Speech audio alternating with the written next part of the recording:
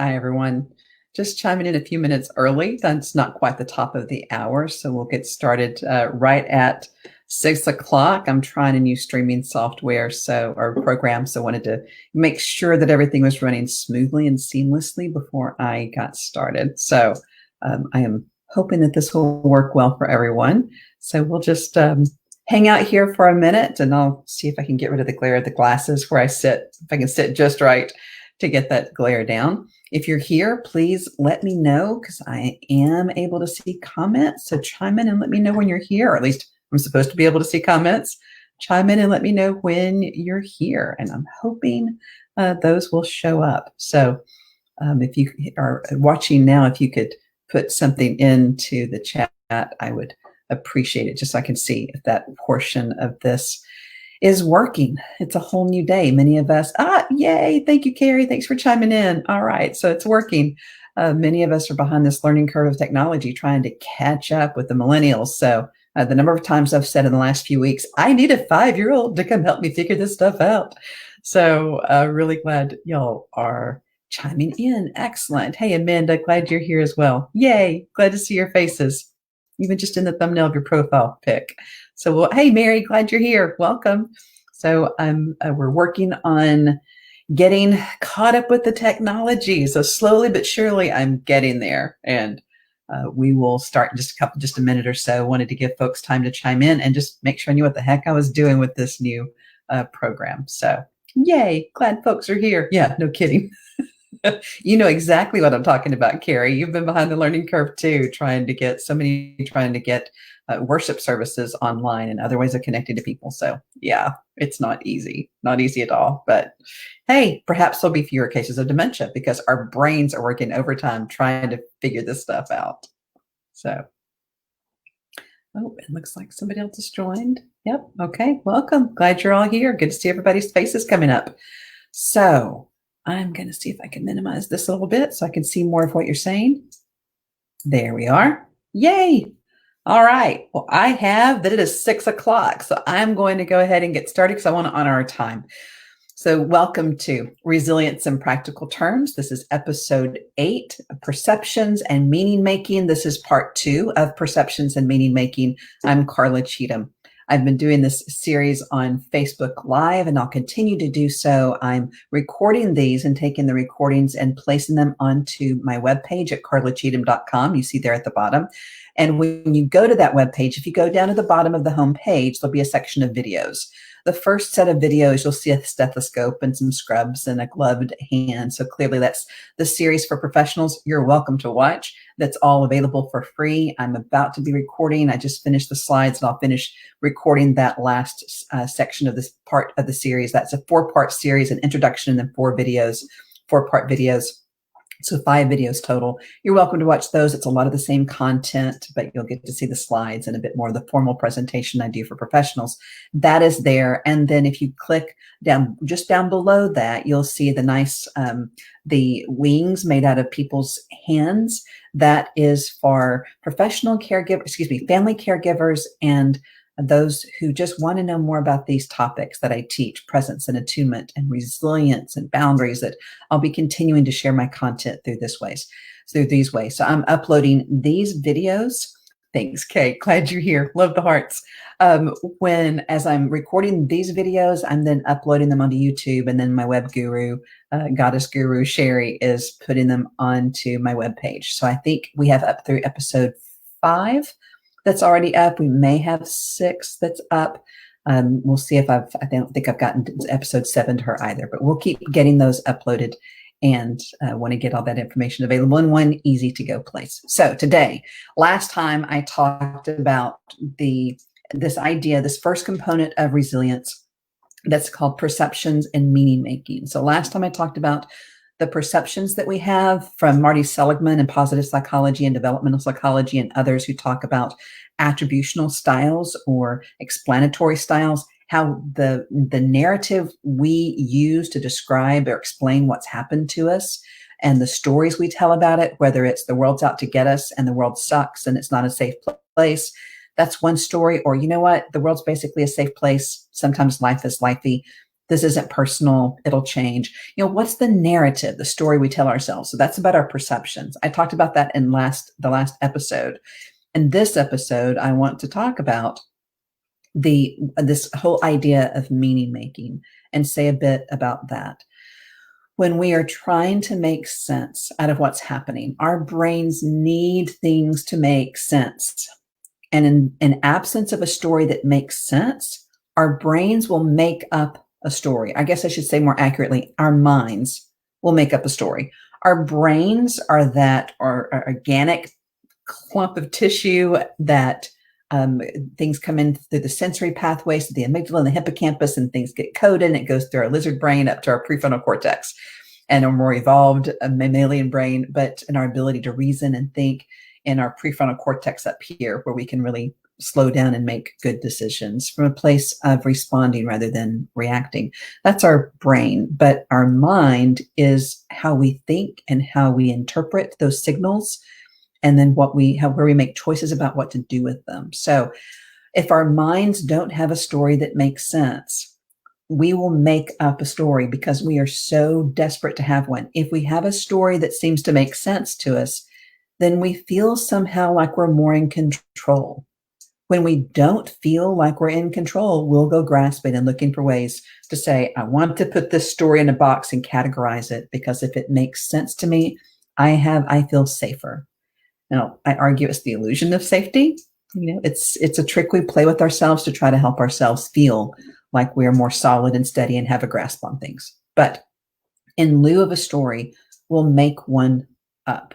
That's why open communication on teams, in families and relationships, even amongst friends, is so important, because if we aren't sure what someone else is thinking, we'll make up a story about it. And sometimes it's accurate, more often it's not. And often it's not the puppies and ponies feel good story. We make up a story that's the worst case scenario that reflects our fears and insecurities. So the stories we tell ourselves, the ways that we make meaning about tragedy, about struggles, that can make all the difference in how adaptive we are, in how well we make it through, and whether we experience a circumstance as traumatic or not is how we make meaning. So I said last time I would share this quote from George Bonanno. He's kind of the current guru researcher and professor that speaks about resilience so much. Any of his works at work, I definitely trust. George Bonanno. In fact, I just got his new book, The Other Side of Sadness, that just came. So I can't wait to break that spine and get into that. But he, from this article in February of 2016 in the New Yorker magazine by Maria Kornikova on how it is that people become resilient, he has this quote. He says, if you frame adversity as a challenge, you become more flexible, able to deal with it, move on, learn from it, and grow. Focus on it. Frame it as a threat. And a potentially traumatic event becomes an enduring problem. You become more inflexible, more likely to be negatively affected. So he calls them a potentially traumatic event. Situations are only potentially traumatic based on the story that we tell ourselves about them. So they're a PTE, a potentially traumatic event. And then the story we tell ourselves in our minds about the information coming in through our brains is what will make all the difference in whether we experience it as trauma or whether we see it as an opportunity that can have gifts. Now, that doesn't mean that we go, oh, it's all fine, everything's great. No, it's okay to be in reality and say, no, this sucks. This isn't fun. This doesn't feel good. I feel scared. This feels hard. I don't want to do this. This feels overwhelming. But a resilient mindset says, yeah, this can be true. But it's also true that I have options here, and there can be gifts here, and there are opportunities here. And I'm going to tell myself a story that gives me hope rather than freak me out and shut me down. My mentor regularly, especially in the early years of working together, would look at me and say, easy, careful. Be careful about the stories that you're telling yourself. Don't scare yourself by telling yourself a story that this is going to be terrible and bad and awful. You don't know. You have no way of knowing. You can guess. You can make up a story if you need to be in control. But at the end of the day, you don't really know what's going to happen. So how about you just be here in this moment and trust that whatever does come, the more grounded and centered and present you are in this current moment, the better prepared that you'll be to show up well, whatever does or doesn't come. And if it is hard and challenging, you'll be better prepared for it. If it doesn't ever happen, you haven't wasted wear and tear on your nerves, freaking out and poisoning your system with that neurotoxicity of the stress response. And this isn't all my mentor, this is some me here too, but we poison ourselves by constantly staying in that threat response. And so instead, if we just go, I don't know, let's get curious about what might happen. Come from a place of calm and clarity and trusting ourselves to be able to reach out and ask for support and ask for help, but to find our way through, regardless of what does or doesn't come. So as we're making up stories about this time period of time and this thing that we're going through with this pandemic and the current crisis, what are the stories we're telling ourselves? Are we building a story that says, yeah, this isn't fun, this feels horrible, and what are the opportunities for us to grow and to deepen? Where are the potential gifts? What could we possibly learn through this time so that we could experience post-traumatic growth and come out the other side better than worse, better on the other side than we were before? What are our options? Where can we reach out for support and help? Where can I get intentional about the ways that I choose to act so that I might be able to grow through this time? How is this pushing me? How is the discomfort of facing the fear of this pandemic pushing me past my other fears about facing technology or reaching out for support and help or doing other things we've been pushed to do that ordinarily we might not have done if we hadn't gotten so pushed back against the wall in the midst of this pandemic? I know in medicine and healthcare, we are learning tons about improving telehealth, about our ways to be more efficient and effective in the work of our teams. We're learning a great deal. There are things we're doing now. We're learning about the systems that aren't helpful that we've gotten into in recent years. A student of mine working in an ICU in the Maryland area said, we went to a trimmed down protocol for the decisions we were making, the paperwork we were doing, and the charting we were doing in the electronic medical record. And it streamlined things down to the bare bones so that the information was getting through and good work was getting done, but we weren't worrying about all the check boxes because we didn't have time. And what they found is the stress on the staff went down substantially, and they had more time to actually be at the bedside and do good care. So there are things that we can learn during this time, even though it's sucky. And I'm not one who believes in a deity who prevents bad things or causes bad things. My own belief system, I don't tell patients and families this, but I'll tell y'all, my own belief system is in a deity and a God who shows up and looks around and goes, well, this sucks. This is not at all what I had planned. But given that this is what's happening, what is it that I can do to bring about as much good as possible out of this horrendous time? And so that's what I get to look for. And when we talk about meaning making, we think often of the work of Viktor Frankl and Man's Search for Meaning. If you don't know the work, I highly recommend it. He was a psychiatrist. He was in Auschwitz in the concentration camps, and he started noticing the impact of hope. He got curious about what it was that allowed some people, when it seemed like hope was lost, what was it that allowed some people to deepen and grow beyond themselves despite the circumstances? And what was it that led other people to lay down and literally die and to give up? And he described some horrific things, but he talked about the things that persisted, the love of his wife, the memory of her. He would have conversations with her in his head. And he would play psychiatrist, not play. He would do his work in psychiatry with the other persons in the camp. And he started looking at what was it that gave hope. You know, we know this, the quote from Nietzsche that says that the one who has a why to live for can bear almost any how or what. We know that if we have a story, it can help us get through challenging times. If we have hope, if we have something that we're looking to on the other side. Frankl was looking for other sources of meaning. He turned to love and connections with his wife. He turned to wanting to be a good person to help others. So what's the source of meaning that you are turning to? What is the source of hope that's getting you through this time? What is giving you a faith in a different kind of future, and where you can take part in that different kind of future to make things better? Dr. Pauline Boss, who, thank you to Monica, who for getting me connected to more of Pauline Boss's work. She does a lot of work around ambiguous loss. It's that grief and that loss that we grapple with. We can't quite completely put our finger on, but that it impacts us tremendously. And Pauline Boss, says that the problem is that there is more enthusiasm for finding closure than there is for finding meaning. We want to just hurry up and want this to be over, and we want to feel better. And if we can't, we want to numb it up and shut it down. We want to get busy and not think or feel anymore. We want to drown it out with alcohol, tobacco, Ben and Jerry's, whatever it is, social media. And none of these in and of themselves necessarily are bad things. It's just when we use them to numb out and shut down and not really be with our feelings and be with what's going on. We need an escape from reality, but we escape so much that we aren't really present with our feelings. And then the feelings don't go anywhere. They just come out sideways, or they're toxic to us, or they come out down the road, or they impact us.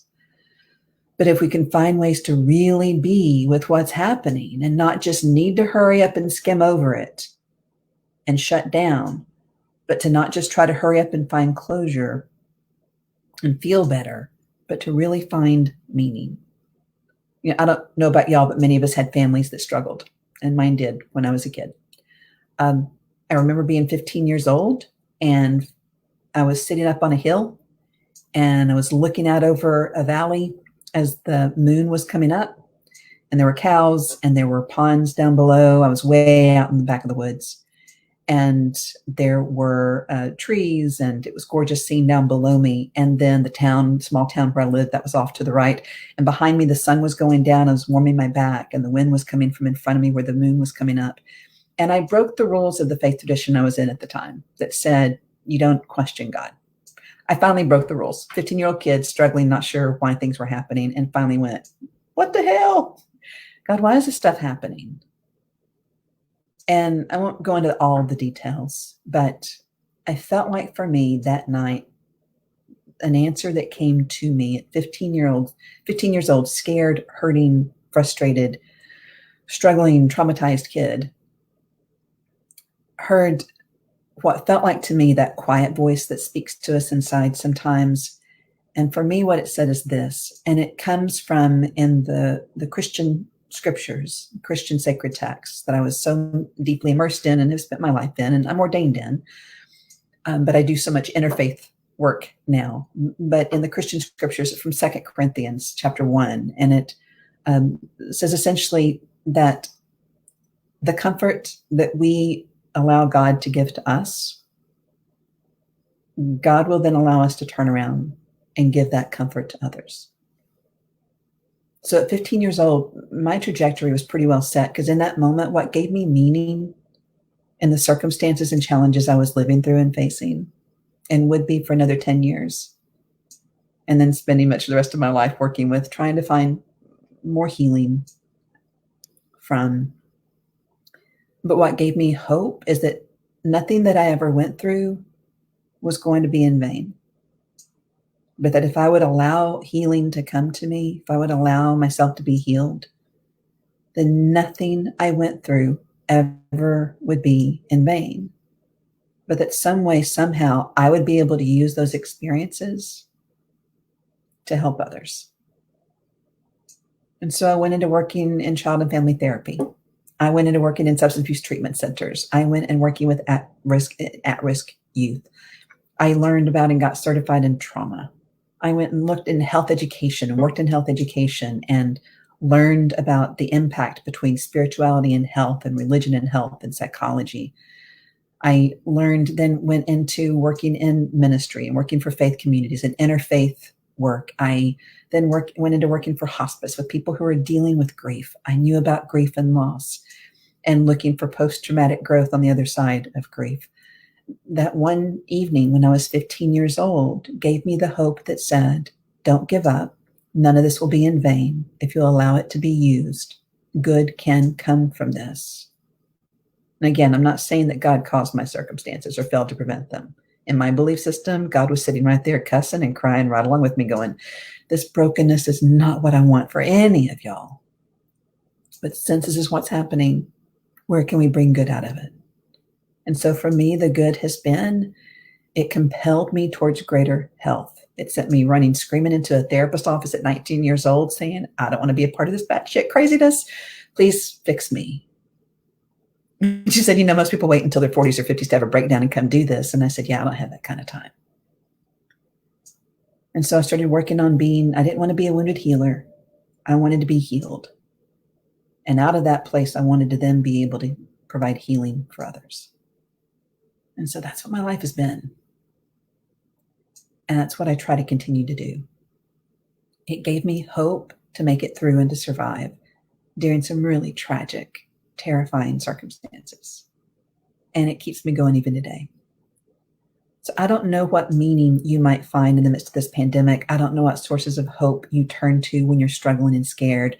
I don't know what your belief system is about why bad things happen, but find some answers for yourself. And if they're answers that don't help you, then keep looking and find different answers. Find answers that are giving of life, that are giving of hope, that give you greater peace, that compel you, that drives you towards help and helps encourage you to be your better self. And if the stories going on in your head aren't helping you and aren't drawing you to be your better self, then get a new damn story, because you are worthy of a much better story to hold you up, to guide you, to wrap around you, to give you strength, to let you know that you can make it through, to let you know that you aren't alone and that you aren't crazy, and that even during the hardest of times, you've got this. You've got this. And something bigger than you, whatever you believe that is, even if it's the universe or the greater stream of love going through the world, that you're held and you'll make it through. So as you look for meaning, as you look for hope, as you look for your why to live for, your why, the meaning you're going to make, the purpose you're going to find that you can build out of this tragic circumstance. I'm Zooming with my father and my stepmom, and we're, recording their stories so I can share them with the kids and grandkids and the great-grands. I'm spending more time connecting more deeply with people in ways that I ordinarily wouldn't have. I'm not doing phone calls. I'm doing FaceTime.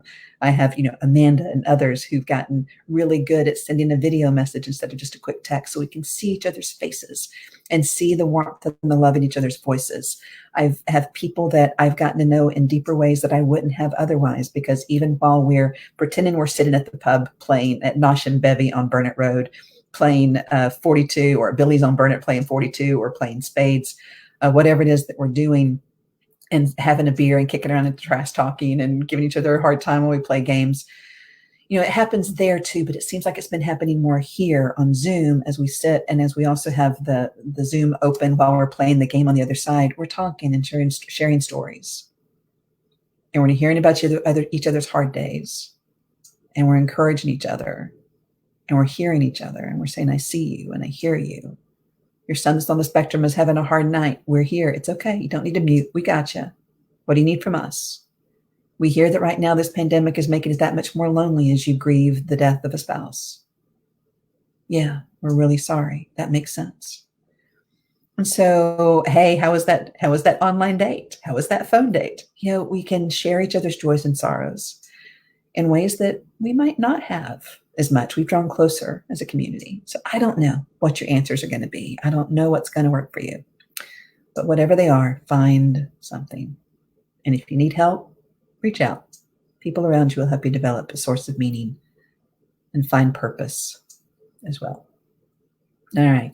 Be looking for this. Again, Sherry should be getting episode 6 and 7 up on the website soon. This one, I'll try to get these to her so that she can upload them to the website about once a week. But hope something's helpful. And if you have questions, please always chime in. Please always feel free to ask those questions or email or call me. You know how to reach me. So many, many, many blessings and much peace to all of you as we try to find our way through this time and to see with curiosity and some hope we can do things differently.